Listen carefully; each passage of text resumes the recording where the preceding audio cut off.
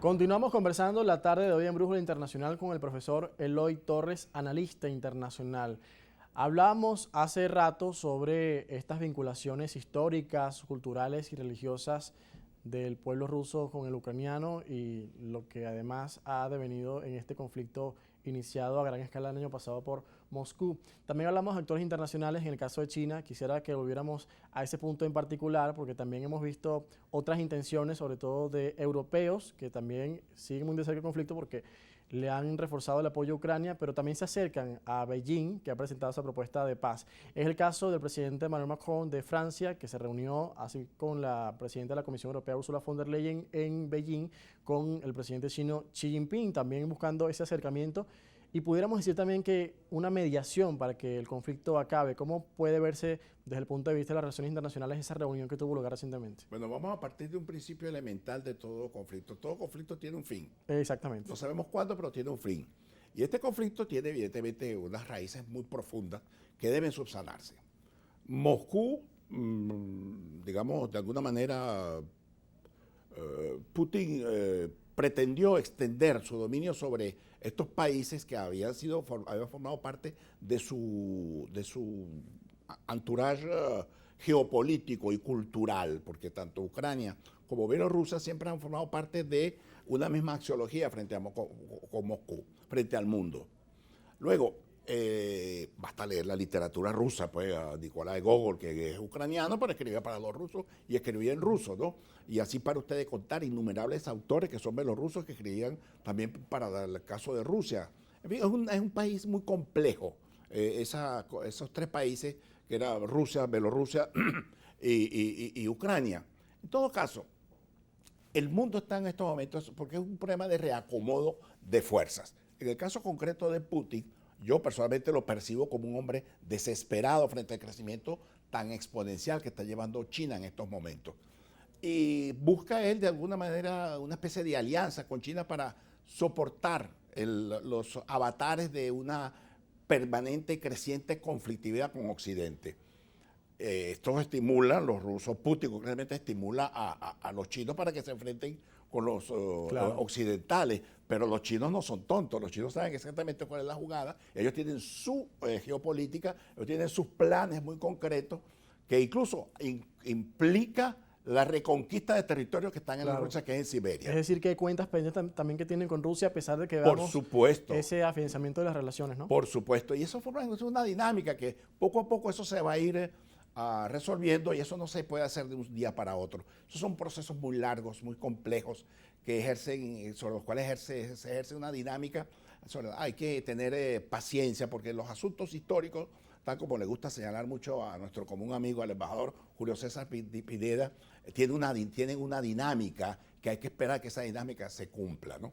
En todo caso, Rusia está enfrentada a en primer lugar, a un tema de su economía, que es una economía ultracentralizada.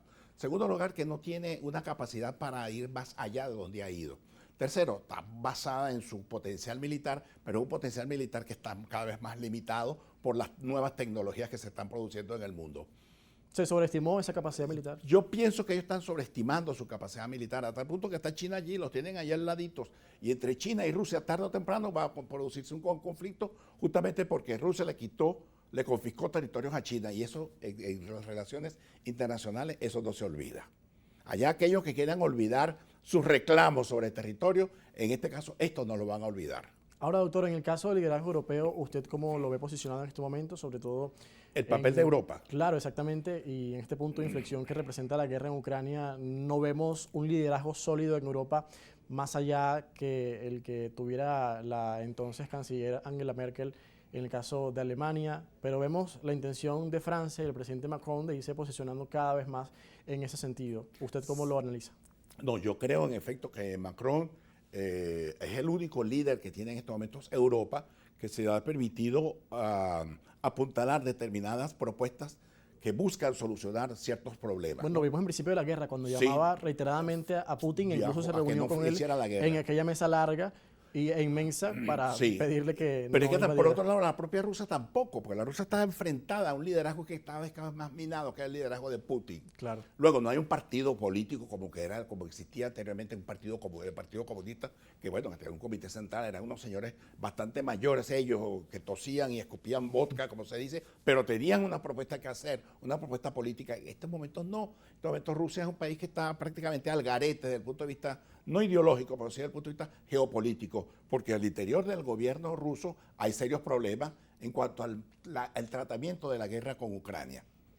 Parece mentira. Entonces, Ucrania le ha salido respondona, como dice, la criada le salió respondona, claro, apoyada por la Unión Europea. Pero por otro lado está la misma Unión Europea que no encuentra, para mí, mi opinión, no encuentra cómo comprender la dinámica, qué hacer con el tema de Ucrania. Y además las consecuencias internas que eso está dejando. Por ¿no? supuesto, por Los supuesto. costos. Sí. Y eso genera una relación que parece como se está friendo unos huevos, que si tú no los sacas a tiempo, se te van a quemar. Entonces, el mundo de la política en Europa, en esa parte de Europa, tiene que estar atento que los huevos no se quemen, porque si se pasa de tiempo, se te van a chicharrar. Y entonces, eso es lo que le está pasando. Y ahí, por eso, quizás Macron es uno de los poquísimos líderes que ha entendido la urgencia de no permitir que los huevos se achicharren. Y en el caso de la política exterior de la Unión Europea, ¿cómo usted la interpreta?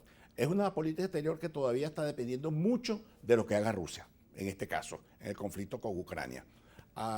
Por otro lado, está el drama mismo de la dinámica de la Unión Europea, que no se pone de acuerdo, por fin, definitivamente a entender las políticas que deben ser políticas comunes. Claro. Entonces uno encuentra con España, tiene una postura, por lo menos el gobierno de Sánchez. De Sánchez es algo realmente que da como lástima, pues, ¿no? Está el problema de Alemania, que es el país creo quizás más serio, está Italia, que vive en su estilo muy a lo italiano, con la primera dama, la primer ministro de Italia, están los ingleses que se fueron de la Unión Europea, pero entonces la Unión Europea pareciera que está viviendo como una especie de perdidos en un desierto, sí, ¿no?